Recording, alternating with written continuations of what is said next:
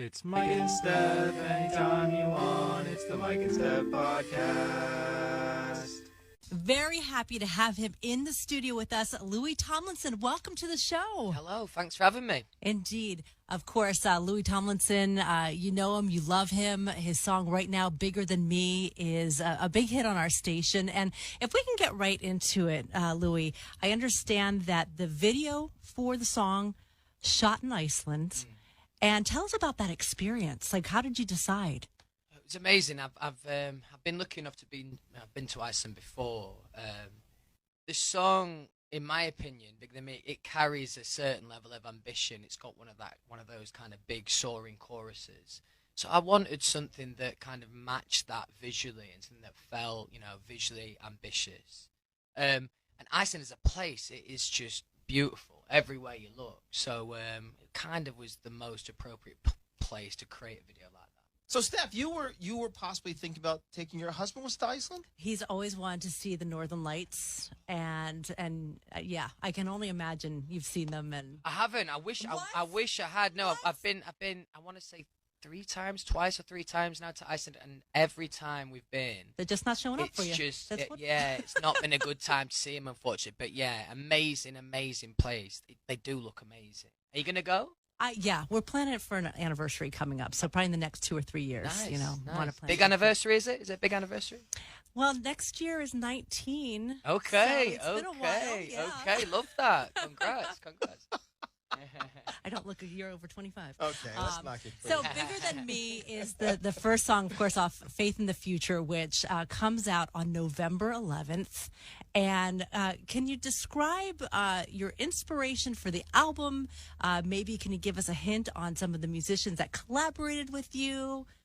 Yeah, well, I was lucky enough on this album to work with more artists than like professional songwriters, and you get a different kind of duty of care with every single song. It kind of has its own importance. Whereas sometimes going in with like a professional songwriter, and this is not the case for everyone, but people are kind of looking for the singles, and that sometimes changes the creation and the creative process. So I found it really, really fulfilling working with more artists in general across this record. And in terms of like inspiration, this whole album was written with the next tour in mind. Yes. By far the most excitement I have as an artist is in those moments. So, and I'm lucky enough to have an incredible energy and atmosphere with the fans at the shows. So it's just about trying to meet them in the middle, really, and create as much excitement through the music, because I know they're going to deliver as a crowd. Yes. Now, I have to ask this question. I've heard this from other artists. When you turn the mic to the crowd, yeah, is that because you forgot the lyrics? Is that what you... It's funny you should say that, because I'd say maybe 1 in 4 gigs, I normally forget one of my lyrics, right? So one of the One Direction lyrics. But sometimes I'm trying to take a breath, man. These days, like, I'm used to sharing the stage, but these days on my own, like, you get a little bit knackered. So every now and then you'll be like, all right, you can sing Now this. you do it. Come on now. That's where I'm blessed, because they always sing back. To be fair, it would be pretty awkward holding the mic out there and getting nothing in return. So I am lucky like that, man. Oh my gosh, that would be the worst. It would be horrible, man. You put the mic out there, everyone just stares at you. Well, I don't know what you're talking Yeah, exactly. What do you expect from me? That's when you know the career's going in the wrong direction. Yes, yeah, maybe time to hang up your boots then. Hey, talking about some stuff you do with the fans, this Away From Home festival you do, which is pretty incredible. Tell us more about that. So the first year was last year was the first year we did it, and it was an idea that I've had the idea for a while. It's always been a dream of mine to put on a festival, an event of that size. The first gig we made free. It was basically just a thank you to the fans for how incredible they've been. And also myself at the time in lockdown was missing live music massively. So it was kind of a celebration of live music being back as well. And it wasn't, it was a dream of mine to do it every year, but I didn't know how it was going to go the first year. The first year was a success. We'd just done the second year, which was in Spain. And the level of growth from the first year to where we're at now already feels pretty drastic. So something I'm really, really proud of. It allows me to be able to, give a platform to, up and coming bands who maybe wouldn't have access to that kind of opportunity at that time in their careers. But also, and this has been really exciting and really enjoyable for me, I get a real opportunity to say to my fans, this is what I love listening to. And then actually I found it really fulfilling at the festival just gone this year, watching the reaction from the fans, loving the music that I also love. And that obviously fills me full of pride, definitely. Well, following the Twitter feed and all the fans from various countries that were putting their, hat in, it was kind of like the Olympics committee. Come to Oh, right. Argentina. Yeah, exactly. So, do you have an idea of where you'd like to do the next Away from Home? I've got a couple of ideas. It all depends on specifically what direction we want to take it. Like, for example, I would love to do it over 2 days as opposed to 1 day next year. So it might be where the most appropriate place to try and pull off something like that is. I'd like to bring it here to America, but I don't know about next year. It might be year after. But at some point, definitely, it would be a shame not to bring it over. I think you should just pick the place you want a vacation in and go there. That's a smart idea. To be fair. Maybe I'll start with that. Yeah, I like that. Yeah. How do you find the bands that you bring in, these upcomers, which is, it can be a very tough start being a band, a singer. It's a tough business. You know how tough it can be. And then sometimes you can be discovered like that. Other times you can work your butt off and be fantastic, and you get pushed to the wayside. How do you find the band that you bring to these festivals to give them a little leg up, a little start up? Loads of different ways, really. It's something that it's always been really important to me, bands on the up and kind of helping in whatever way I can in the development stage of these people's careers. But there's all sorts of different ways that they kind of land on my lap. There might be a band that I'm a fan of, and maybe they're supporting that band, and I'm like, that'll kind of pique my interest. Or there's loads of there's in the UK, there's this thing called BBC Introducing, and they have a massive support for like up and coming unsigned bands. So I feel like I have my own ways now of just every now and then, and it is a choice. You have to kind of go out of your way to find these bands. But, if you spend an hour a week, you'll definitely find some great stuff. And sometimes they just land on your lap. Mm. Now, we were just talking about having the fans sing back to you when you turn the mic. That's a pretty amazing thing, right? But what do you think is the most beautiful thing that your fans do for you or have done for you? Do you know what? It's something, obviously, I do get asked this every now and then, but it's hard to put it into one thing, really. Where I feel immensely lucky is any opportunity that my fans have to kind of show me their love and dedication. They come in tenfold every single time. So for me, it's just the consistency of from the start of my career right now through to me doing my solo stuff. Just the level of passion that I see from the fans of the shows, around release times, whatever it might be, it still blows my mind. It really does. It is pretty and crazy. This is such I don't know how people handle because you went from, you sung on a contest show. It was the greatest, the X Factor. Yeah, the X Factor. And the next thing you know, your career is skyrocketing like a roller coaster, and then everything's happening, and now you're on how do you handle that at such a young age? Well, go on. Because what age were you discovered at? 18. 18. And I was the oldest in the band as well. I have a son who's 19. I have a daughter who's 17. 18, crazy age. Everyone's asking, what are you going to do with your life? What are you going to do with your life? What are you going to do with your life, right? And then suddenly you have this coming at you.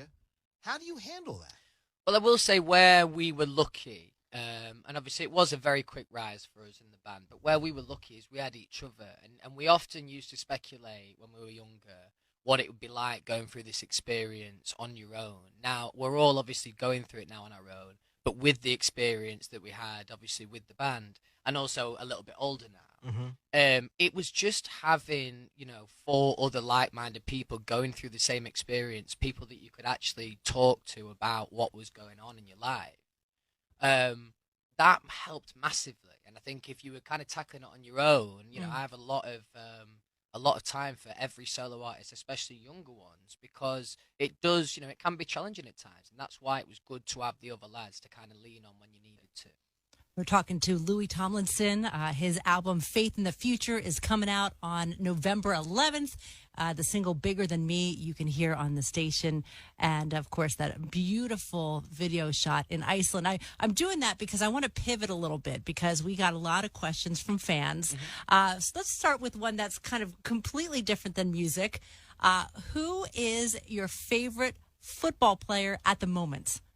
Oh, good question. No I pressure. would say let's go with Jude Bellingham. Plays over in Germany at the moment. English lad, great prospect. So we'll go with Jude. Okay.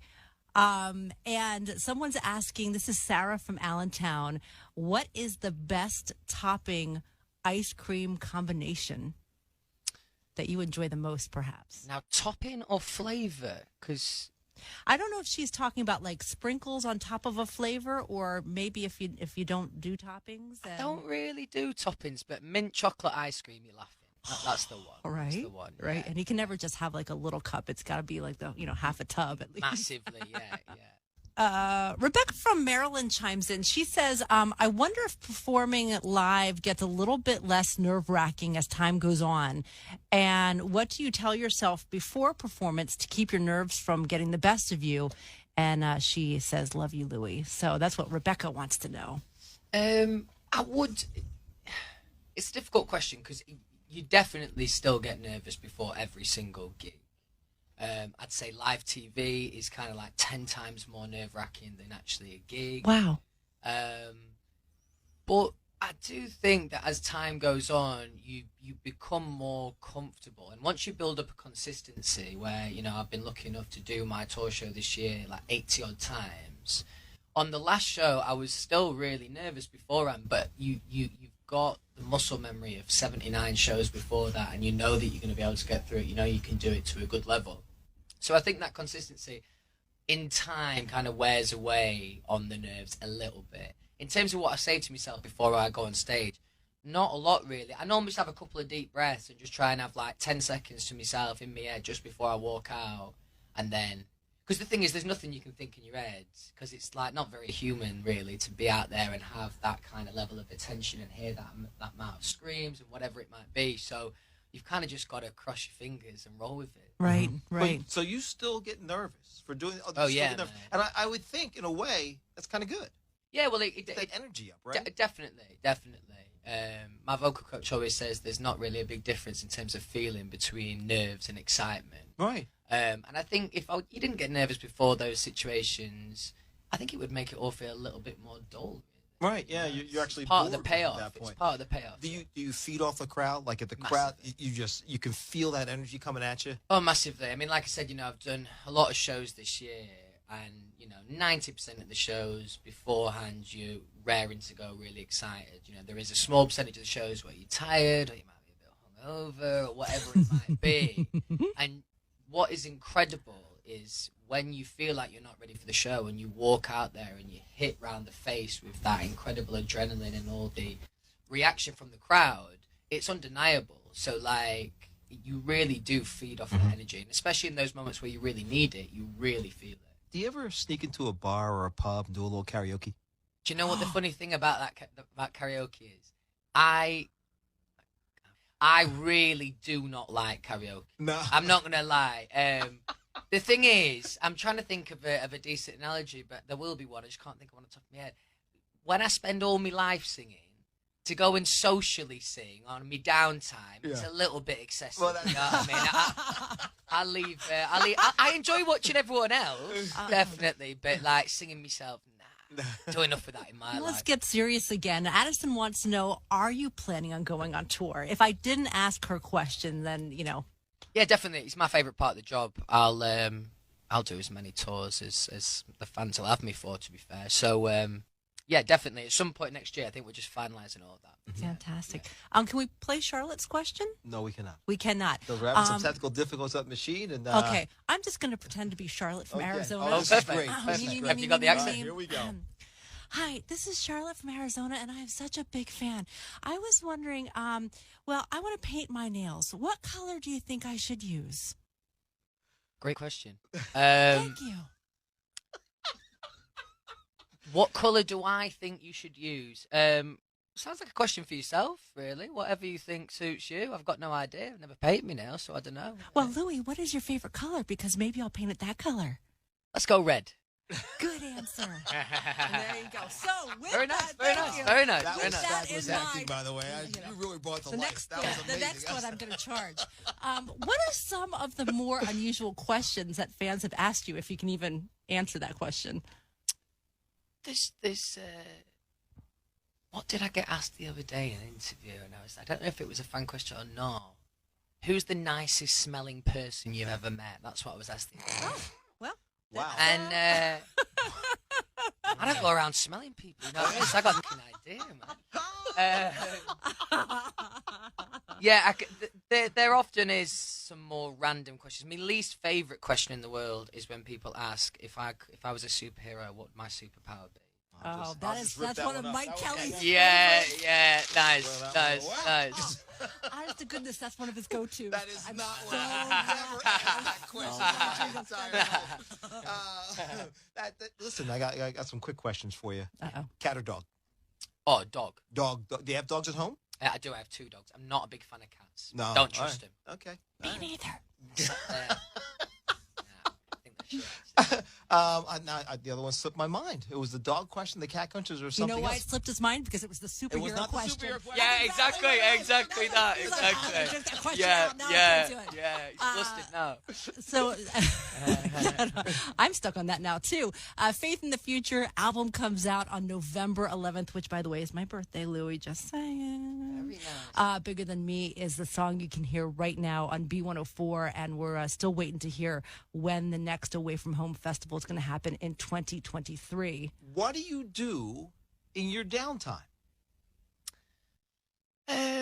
Just really normal things, really. The other night, the boxing was on Saturday, so we went down to like this bar to watch the boxing. I mean, just really like obvious, like social things. Really, when I'm back home, I like to spend time with my mates. Maybe go for a drink, maybe watch the football.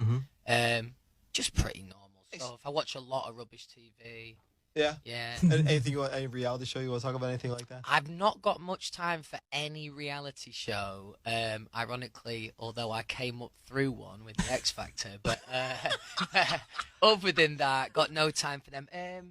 I like a lot of crime stuff. There's loads of that on Netflix. You know, like one of those mad like murder mysteries. I like that kind of shit. And when you go back to England, do your mates treat you like the person they grew up with, or are you suddenly...